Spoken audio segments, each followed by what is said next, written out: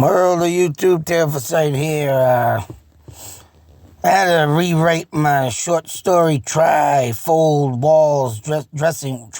Dressing Walls, sorry. And I didn't believe I'd have 6 chapters of this, but there will be another chapter added. I'm up to 5, and now I gotta, and 6 will be my ending, but I just figured I'd get this out.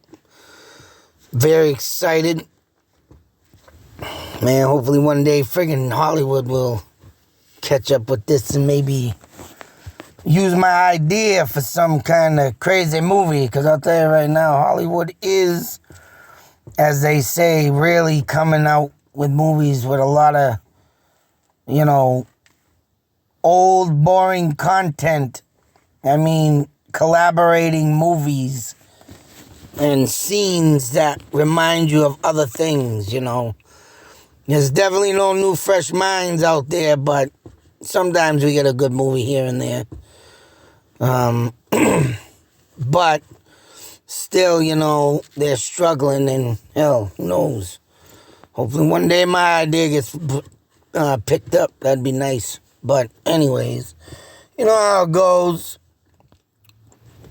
But like I said, I had to change this story around a bit because I came up with an idea, and these trifold dressing walls always had a feeling of some eerie feeling about them, and just blown up in my mind the story and how I would use it. It just something fresh, something new. And I would believe, how these walls are made. I mean, just to have them to sit there and dress behind, or, it's just like, I don't know. I just can't, I've always had a weird feeling about, or even just a disturbing thought of what the hell is a person doing behind a dressing wall when they can go into a bathroom or a bedroom, or no, just do it behind this wall. But some always have made me think that these things are more than just that, and just this coming into mind and playing out, man, it's like, wow. And sometimes I can't believe my own mind. But anyways, I mean, it's something different. I mean, back in the day, in being in a part of time where something like this, would be, the beginning of something new, or a new technology to, say so, confuse the afterlife would be something cool to see made. But the reason why I write is back in the day, something to try and keep something at low base and not, causing ruckus. I mean, one would think you would be, instead of having an exorcism or, say so, a priest blessing the house, what if there was something else that you could do, to get these ghosts confused? And it would be cool to have something else rather than say so what I just said. But imagination runs wild, man. And if something came out like saying modern technology today, it'd even be like, wow, amazing. You just block the spirits from bugging you. But anyways, even though they can go through anything, but hey, it's something to think about, or would be cool to happen. Because some people do get, tortured, or, terrified, or traumatized by ghosts. So would be something cool if you could make something to just block it. But anyways, this is chapter 4. Sit back, relax, turn out your lights. Like I always say, man, your imagination is the best to bring forth a story. And I mean, hey, who knows? Maybe this could be a damn movie. That'd be cool. I'd have to play the lead role, though. Because nobody can put it in characters better than me. Especially when you got a kook talking about kooks and put all the kooks together. That's right. Anyway, there we go. Sit back, relax, and enjoy. And this is another thing I like to do this. I make a quick mention. H.P. Lovecraft. A lot of audiobooks everybody can listen to on YouTube. They're all free, of course, but check out his stories and, see his imagination, because I believe his imagination was the truth. The only reason why that man labeled his stuff as, fiction is only the reason to skip the insane asylums, of course. Back then, this stuff, people thought you were, fruit cake. You need to be locked up. But, without further ado, Chapter 4. As I sit here and write for someone to read, this place is evil. I looked into the land and can't believe what I found. This land is cursed. Native Americans lost the land to the white man, and before they left, did a powwow curse. Demonic chants throughout the night, and the thing they call Skinwalker was created, hunting the land. But then somehow down the line, the asylum was built on the outskirts of Native American camp. No one knew the curse was placed, and it affected the mentally insane. They broke loose, attacking the town. They were possessed by the spirits of the natives, and all the patients were killed by the bounty hunters hired by the government. The townspeople left the asylum in despair in the woods, but time went on and nothing changed. The townspeople still had insane supernatural encounters. That's why the town started to get frantic and angry with me. They started to think I was somehow connected with the beast, because they blamed me for the chaos and opening back up the asylum. The townspeople wanted to know who sold the asylum to me. I showed them everything, but no one knew the person, and only I met him once. The day I bought it, we signed the paperwork, and he disappeared. The paperwork was shown to the town, but they never heard of the man. They couldn't turn me down because of the authentic paperwork. They warned me to not cause problems in this town, and I just looked at them as if they were crazy themselves. But after the havoc started, this is why the trifold walls were put up. I learned from ancient times in a book I read. These walls were built to confuse the spirits, as if it was like a maze or like a crooked wall, and the spirits stayed distracted and like it was lost. I noticed that the spirits were not causing much ruckus. And I told the townspeople, I didn't put that in there, to do the same, because of the curse of the Native Americans. They called me crazy, told me to take them down. It was violation of codes. And they said I was insane. But I told them if they did that, it would... If they didn't do that, damn it, it would be critical. Trying to explain that's why everyone is acting uneasy and crazy. That's how I was called the madman, making the town mad, feeling unsafe. Then one was knocked down. Officer Rick knocked it down because he said the mayor ordered him to take them down. And it all opened the porthole again. And of course, they blamed me, saying if I would have stayed out of this town, this wouldn't have happened. But I didn't know the curse was here. It was here before me, and no one would listen. All they did was ignore the problem. All it would have taken was one mistake for the beast to be awakened. They were all in denial, but I think I found a way to stop the horror of the beast. If I can show the beast that I'm no threat, to show the respect that no one ever did in this town, it will not harm me, but I need time to find the book written by a Native American that was in my library. But I might not have time. The wall is now down. They know it's coming. Chance, the beast. The journal stopped. There was no more. But from what Phil saw so far, he started to put the pieces of the puzzle together. And now he needed to find the book. And all of a sudden, Julie screamed. He ran to the room to her, looking out the window.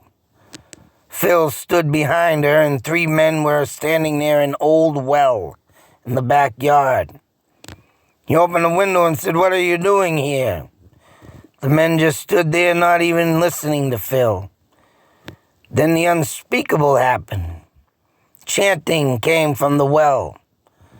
The same chanting his grandfather spoke of. Then one of the men began to scream horrid. Julie and Phil's skin crawled with horror as the man's body started to fold, as the 2 other men began to scream the man's name as he was dragged into the well. His body looked like a twisted box. The chant grew louder. You could hear his bones breaking. And then the men ran screaming into the night. Julie and Phil were looking at each other, trying to register what they saw. Then they heard footsteps thumping, and they saw a little girl in the hallway run into a room. Down the hall, a distant scream was heard, and then they heard voices, like muzzled talking. As they went into the doorway, a woman, man, and the small girl were in a panicked state. Phil looked down the hallway toward the bathroom to see water coming down the hallway. Phil could also hear a cracking sound, and his skin began to crawl because the man who was dragged into the well sounded like he was coming from the bathroom. The chant started again. Julie asked with a disturbing look on her face, "What the F is that?" Phil noticed the bathroom door moving slowly open. All the meantime, the guy with the wife and kid finally said something about the light turning off in the hallway. Phil asked, "Who are you?" The man just said, "We should check it out." He walked towards the bathroom, and Phil, now very confused on who this guy was, but just looked into the little girl's eyes as she stood looking petrified. So Phil, with no more questions, followed the man, and when they got to the door, got paralyzed with fear, as the man from the well was squeezing himself from the toilet. Phil and the man screamed in horror as they backed away from the door slowly from the bathroom. A black mass moved towards them, petrified with fear. The thing walked right through their bodies. At this point, Phil screamed with agony as he felt the soul of the dead. He then jumped out of the bed only to find himself standing in the safe room they used when things got really bad. Not only that, he was shivering like a icebox. He was still coming out of a daze when Julie screamed and jumped out of the bed herself. Phil said, "Are you all right?" Julie yelled, "Get away from me. Where's my husband?" Phil, now flabbergasted, "Honey, it's me. Get out, you SOB. I'm Phil. What's wrong with you?" Julie, with no hesitation, picked up a lamp and threw it at Phil. Phil yelled, "What the hell are you doing?" Then she began to scream Phil's name. And Phil, at this point, had to leave before she caused more damage. Now very confused, he walked fast down the hallway to go downstairs. As for Julie, she continued to yell Phil's name. "Where are you? There's a strange man in the house." As Phil ran downstairs, he slowly made his way near the bathroom, flicked the light on, and was making sure the insane man from the toilet was not in sight. Slowly peeked into the mirror, only to find another man's face staring back at him. He screamed in horror as Julie was now making her way downstairs, again yelling, "Where's my effing husband?" As Phil walked out the bathroom to calm down Julie, he was met with a paperweight on the side of his head. Phil woke up, now tied to a gurney in a room he had never seen. He heard Julie talking to herself from a distance. She started to get close to him and louder. Before Phil knew it, Julie was in the room with a whip and started saying, "You took my husband. Now you will pay." Phil started yelling, "I am your husband. What are you doing?" The whip began cracking, and Phil once again screamed into agony, begging Julie to stop. "This house changed my face, or his spirit is in me." But Julie just kept whipping. One last strike hit Phil. All of a sudden, Phil found himself waking up again out of his sleep, falling out of bed. Julie yelled at Phil, "What happened?" She grabbed Phil's arm, looked at his back to find red marks on his back, and yelled, "Phil, what's going on?" Phil looked at Julie to make sure he didn't have a different face. And Julie asked, "What are you staring at?" Phil started to tell her his wild dream. No word came from Julie as she sat there trying to take in the House of Horrors and what they were trying to escape. Then Phil started telling her they needed to find a book. Confused, Julie asked why. Because it was going to save them from the curse. So, yes, part 4, trifold dressing walls. Chapter 5, as you can see, is already written. And that's right. So you can say that you've heard probably stories or seen movies of this, but I'll tell you. Spirits work in mysterious friggin' ways, boy, and when they want to make themselves known or let alone be seen, yes, they will do it. And stuff like this is just something right out of a madhouse. Because when you got stuff that happens like this, it's something that drives you mental. So one can only imagine of in history what it was like. I mean, back then, Jesus Christ, you get shot or killed or, sent to the madhouse. But, hey, fresh new ideas. What do you think of this? Highly appreciate it if you let me know. But, that's for sure. I came up with this just by looking at them trifold dressing walls. So without any more said, be safe, take care, and always believe in the spirit world, folks. Always believe. Always believe. Because you can't make this stuff up. No.